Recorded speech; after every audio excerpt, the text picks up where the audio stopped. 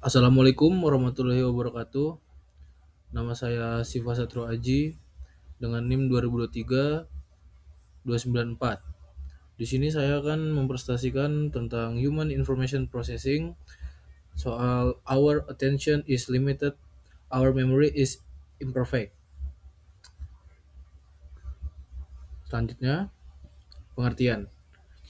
Attention atau perhatian adalah kemampuan manusia untuk memfokuskan pikiran pada suatu informasi atau aktivitas tertentu.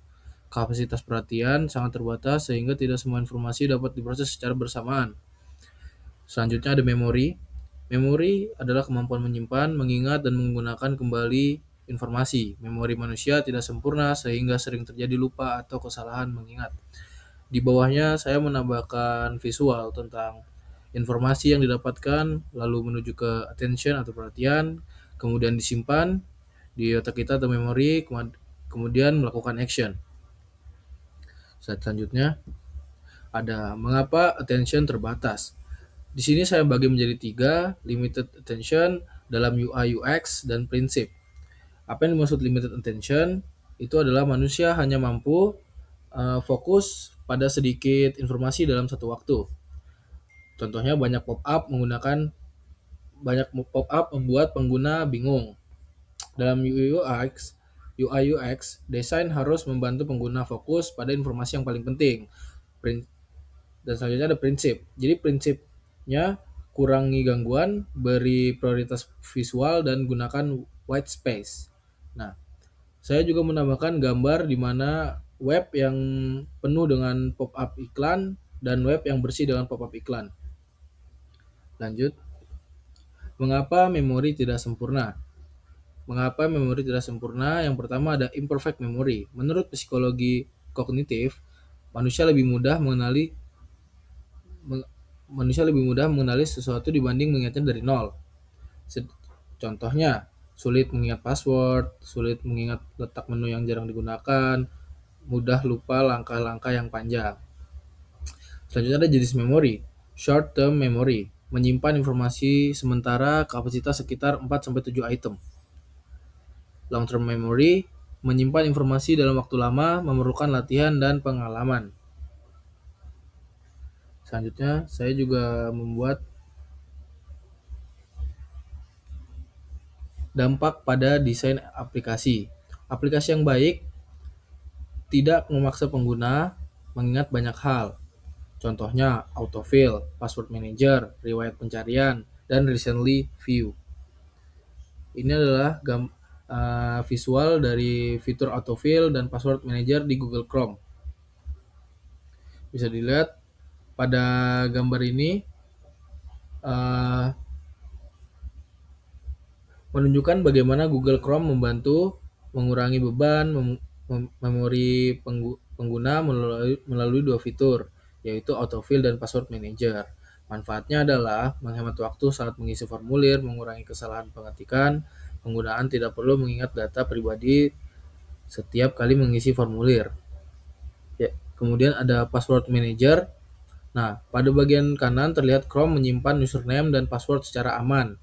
Saat manfaatnya tidak perlu menghafal banyak password, login menjadi lebih cepat dan mengurangi risiko lupa password. Lanjut, ada recognition is better than recall. Recall ini adalah pengguna harus mengingat sendiri. Contohnya mengetik alamat website, mengingat sintaks command, dan mengingat password. Kalau recognition, pengguna cukup memilih sesuatu yang sudah ditampilkan. Contohnya ikon aplikasi, menu navigasi, daftar riwayat.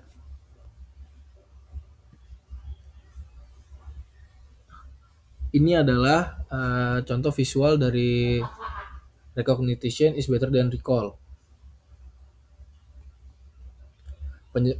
Jadi dari gambar ini membandingkan dua cara manusia berinteraksi dengan komputer. Di kiri ada keyboard terminal, recall. Pada terminal pengguna harus mengetik perintah secara manual. Sedangkan di bagian kanan menu icon recognition, pada antarmuka grafis GUI, pengguna cukup melihat icon atau menu yang tersedia. Contohnya icon home, icon download, icon delete, icon search. Kita lanjut. Dokumentasi studi kasus. Dokumentasi ini saya mengambil dari contoh Google Search, terus juga ada Tokopedia homepage dan Netflix homepage. Kemudian ada prinsip. Ada 3 prinsip, yaitu fokus perhatian, yang contohnya adalah highlight informasi penting, gunakan ukuran font yang jelas, dan hindari distraksi. Yang kedua ada mengurangi beban memori. Contohnya gunakan icon yang familiar, sediakan search, dan gunakan breadcrumb. Yang ketiga ada konsistensi. Contohnya itu ada posisi tombol tetap, warna konsisten, dan navigasi sederhana. Lanjut ke contoh gambar, contoh antarmuka modern dan user friendly. Jadi, gambar ini memperlihatkan dua pedoman desain antarmuka yang paling banyak digunakan saat ini. Google Material Design digunakan pada aplikasi Android dan layanan Google. Karakteristiknya mempunyai warna yang konsisten, icon yang mudah dikenal, kartu atau card, tombol yang jelas, dan tata letak yang rapi. Tujuannya adalah membuat pengguna cepat memahami fungsi setiap elemen tanpa harus berpikir lama. Kemudian di sebelah kanan ada Apple Human Interface. Digunakan pada aplikasi iPhone, iPad, dan Mac. Karakteristiknya desain minimalis, banyak ruang kosong atau white space, tipografi yang jelas, navigasi sederhana, fokus pada konten utama. Desain ini membuat pengguna lebih fokus pada informasi penting dan tidak mudah terdistraksi. Untuk penggunaan persamaan keduanya, walaupun berasal dari perusahaan yang berbeda, keduanya menerapkan prinsip IMK yang sama. Yang pertama, konsistensi desain, icon yang familiar, navigasi sederhana, mengurangi beban memori, dan membantu pengguna mengenali fungsi setiap tombol. Dengan begitu, pengguna tidak perlu mengingat banyak hal dan dapat menggunakan aplikasi dengan lebih mudah. Untuk kesimpulannya, perhatian manusia memiliki kapasitas terbatas, kemudian memori manusia tidak selalu akurat, desain aplikasi harus membantu pengguna untuk membebani mereka. Gunakan prinsip recognition over recall agar aplikasi lebih mudah digunakan. Yang terakhir ada UI yang sederhana akan meningkatkan pengalaman pengguna user experience. Sekian dari saya, Siva Satru Aji, kurang lebihnya mohon maaf. Wassalamualaikum warahmatullahi wabarakatuh.